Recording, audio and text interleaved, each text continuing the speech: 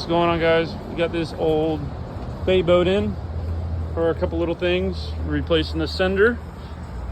It's got a small fuel leak. It's coming out of the sender.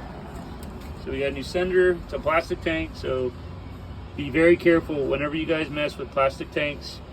It doesn't go through the tank. There's little plastic liners here that hold it in place.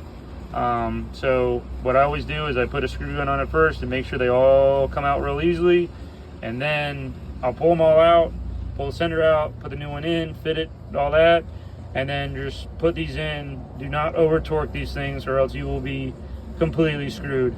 There's a way to repair it. It's tricky, but we've done it before. But usually if you screw up one of these, it's going to end up being a new tank, and you do not want to do that. Especially this boat, you have to cut the deck to get it out. But other size, we put new underwater lights on. He had these monster of lights back from whenever the boat was built in the 2000s, and we went with those. And then we're going to have Jeff fill these holes for us.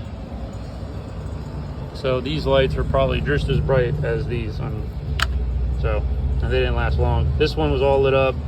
That one only had like probably this much, so the lights lit up. So we did that. Jack plate was loose, tightened up the jack plate. Power pole was loose, tightened that up.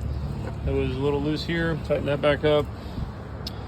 Did a rigging tube, and then replaced bait pumps on this one. So yeah, this one is about done. So he'll be ready for the weekend.